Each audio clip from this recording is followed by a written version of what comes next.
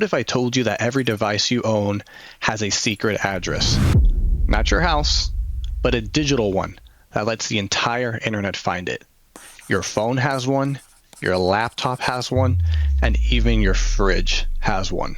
And by the end of this video, you'll know exactly what an IP address is, how to find your own in about 2 seconds, and I'll even prove it to you that the address isn't even yours at all. So let's get into it. IP address stands for Internet Protocol, but forget about the textbook definition. Think about ordering something on Amazon. When you buy a package, 2 addresses have to exist. The warehouse it ships from and your address it ships to. No address, no delivery. The internet works the same exact way. When you load a website, your device sends a request to a server's address, which is the warehouse, and the server ships the data back to your address, which is your front door. Every web page, every video, every message is just a package being shipped between 2 addresses. So what does one actually look like? Something like this. 4 numbers separated by dots, each between 0 and 255. The format is called IPv4, and it ran the internet for decades. But here's the problem, and stick with me here, because this part's kind of wild. IPv4 only allows about 4.3 billion addresses. It sounds like a lot, but it really isn't, because you start counting your phone, your laptop, your smart TV, your doorbell, your fridge, and you start counting all of those around the entire planet, and next thing you know, we kind of blew past that number a couple years ago. That's why IPv6 exists. So many addresses will literally never run out. With IPv6, we're talking about the number 3 and then add 38 more zeros to it. That's how many addresses we have. Now, remember when I said your address isn't really yours? Here's the proof, and I can do this right now. Grab your phone, and on Wi-Fi, search what is my IP address and note that number.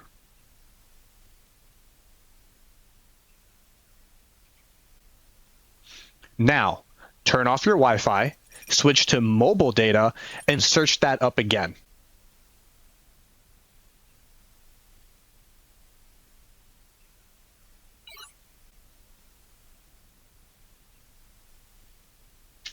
Totally different number. Same phone. You didn't change a single thing, but you did change into a different network that handed you a different IP address. That's the big thing most people get wrong. Your device doesn't carry an address with it. Every network it joins hands it a new IP address. And that leads me straight to the 2 types of IP addresses that we have in the IT world. Most are dynamic. That means that they can change over time because the network rotates them. Your home address today might not be your home address next month. Static IP addresses are the opposite. They never change. Those are for things that always need to be found in the same spot, like a website or a server.